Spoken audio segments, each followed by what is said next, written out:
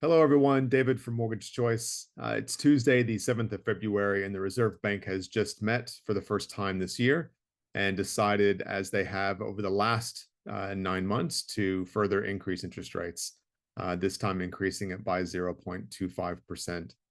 We now have a cash rate sitting well over 3% and variable rates that will sit closer to 5 to 5.2%.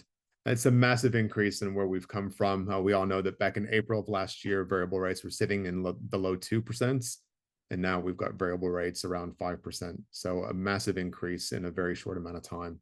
The Reserve Bank said that their hands were tied, that they had no choice but to increase interest rates to try and curb inflation. They noted that global inflation is still quite high. And while I can see certain indicators that show that inflation is starting to peak or to come back down, that they still need to fight the spending that's going on in Australia and the strong job market to try and continue to curb off inflation. I think today's Reserve Bank comments are what we should have had maybe 6 months ago. This is the first time I've seen the Reserve Bank be quite open and forthright and strong in their comments that they expect further rate rises to come. That we are still a fair way off of where they expect to end up with interest rate rises. There was some expectation that interest rates were going to go on hold this month. The Reserve Bank did come out last week and say that they thought that inflation had peaked in December and that we were starting to come back down. So sometimes we do get mixed messages. And as you're all well aware, the Reserve Bank made an absolute blunder last year when they said that interest rates weren't going to increase for another 2 years. So you take it all with a grain of salt, but it looks like they're hell-bent on controlling this inflation by further increasing interest rates. And they've given us fair warning that we should expect further rate rises in the coming months. What this will mean for the majority of my clients, mortgage holders, is that your repayments obviously are going up. If you're on a variable rate, then you're going to have a higher repayment. An average $500,000 mortgage, you're looking at roughly $80 per month that your mortgage will increase by to offset this 0.25% increase. For those of you lucky enough to be on fixed rates, you just need to plan for when you're coming off fixed rates. And as we've spoken about in previous videos, we expect that half of the mortgage environment will be coming off fixed rates over the next 6 months. And so we want that transition from fixed to variable to be as expected and as smooth as possible. And so strongly recommend that even if you might be 6 or 12 months away from coming off a fixed rate, that you give us a call and we start talking about strategies and ways that you can kind of soften that blow, because it will be a massive change to what you're used to, going from roughly 2% up to 5%. For those of you with variable rates where you've been experiencing over the last 8 to 9 months these continual increases, obviously your cash flow has taken a hit. You've got less money in your pocket now than you did back in April. And obviously it's going to be a bit of a concern.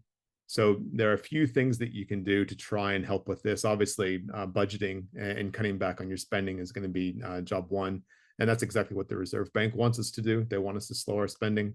But you can also look at potentially refinancing your mortgage to try and get a better interest rate, renegotiating with your bank to try and get a better interest rate, or look at debt consolidations. We're actually doing a webinar tomorrow on debt consolidation as a way of trying to free up cash flow, where you take an $800 car payment or a $400 credit card payment, you consolidate that debt into your mortgage for a short-time benefit, or you're getting some cash flow benefit and a bit of savings each month to try and get you by these higher interest rates. So I'll talk more about the webinar a bit later on in the video, but there are a few things that we could counsel you on that might help put you in a better position if you're feeling a bit of stress. Obviously, we've spoken in the past about not putting your head in the sand, that if you are in trouble or if you feel like you might be in trouble soon, that you give us a call and we talk through the options that you've got, and you give your bank a call and talk through the options as well. The last thing that you want to do is default on a mortgage or go into arrears, because that will just further exacerbate the problem by giving you bad credit history and preventing you from being able to make some of the changes that might help you out. So please, if you feel like you're in trouble, or if there's any strife going on, or if you foresee any strife, then let's have a chat and see if we can try and talk you through it.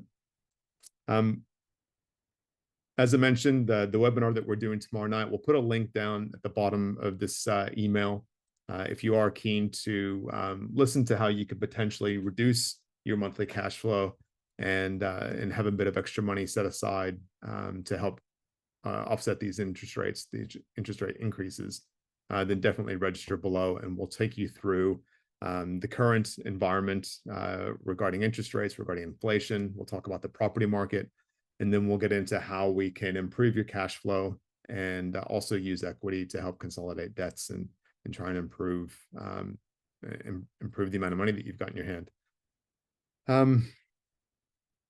Yeah, I feel a bit deflated. I was expecting that we might see the Reserve Bank put things on hold, but it's obvious that they're seeing metrics around the globe that are concerning them, and they're further pushing them to increase rates to try and keep inflation down.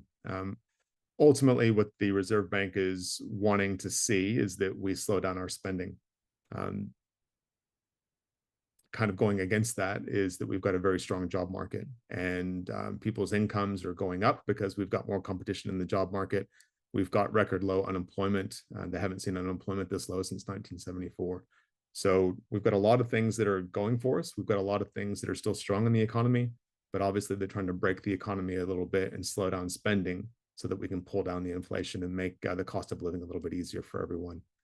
So still plenty of water to go under the bridge. It looks like they're not expecting inflation to be under control until 2025. So it feels like, in 1990, when Paul Keating said that that was the recession that they had to have, it feels like we're approaching that territory where this is the break in the economy that we had to have to try and get things back on track. So I think in 2023, we should expect a fair bit more pain before we see some light at the end of the tunnel. Any questions, any concerns, as always, feel free to give us a call. Always happy to have a chat. And yeah, we'll speak to you next month. Thank you.